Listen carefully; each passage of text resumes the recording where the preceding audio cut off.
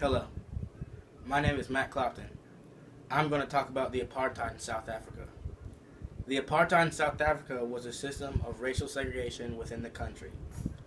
South Africa had been experiencing racial segregation well before the apartheid. Marissa Evans stated that as early as 1788, Dutch colonizers began establishing laws and regulations that separated white settlers and native Africans.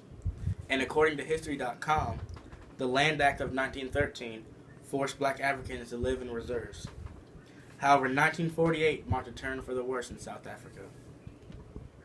The Afrikaner National Party won the election in 1948. Their campaign slogan for the election was apartheid, which literally translates to separateness.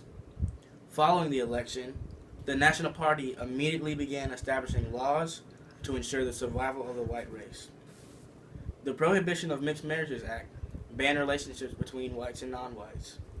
In 1950, the government passed a Population Registration Act, which required citizens to carry ID cards stating their category or race of Bantu, which was black African, Asian, white, or colored, which were mixed people. An amendment to this in 1952 switched the ID cards with reference books. BBC News believes that the central law of the apartheid was the Group Areas Act of 1950. This act forbade people from living outside their designated areas. The enacting of this law forced many people to leave their current homes and move to the new areas they had been given. This law severely hurt the black Africans because for such a large percent of the population, they got very little land. Black Africans were still allowed to work in those areas, but they couldn't live there, and they had to use different transportation, restaurants, and schools. The government began classifying the Bantu reserves or homelands as Bantusans. The Bantu Homeland Citizenship Act of 1970 made black Africans citizens of the Bantusans, effectively disenfranchising them. Like any injustice, the apartheid was met with much opposition.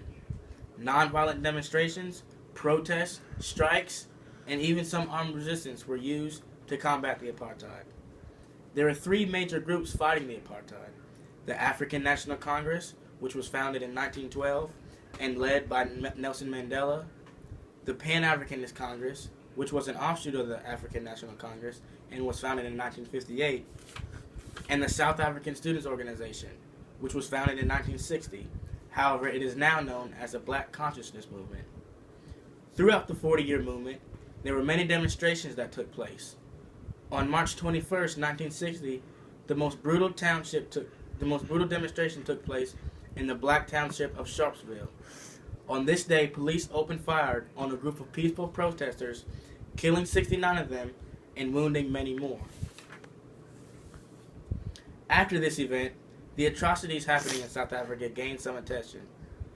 Following the incarceration of Nelson Mandela, the efforts of the anti-apartheid movement gained global attention. Scrutiny from the United Nations and global powers began weighing heavily on the South African government. Oren Darrell stated that activists around the world launched boycotts of South African goods, countries banned South African imports, and some companies even pulled their capital out of South Africa.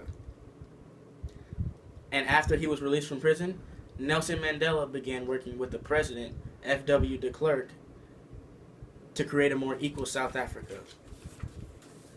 And in 1944, Nelson Mandela was elected president, thus marking the official end of the apartheid in South Africa.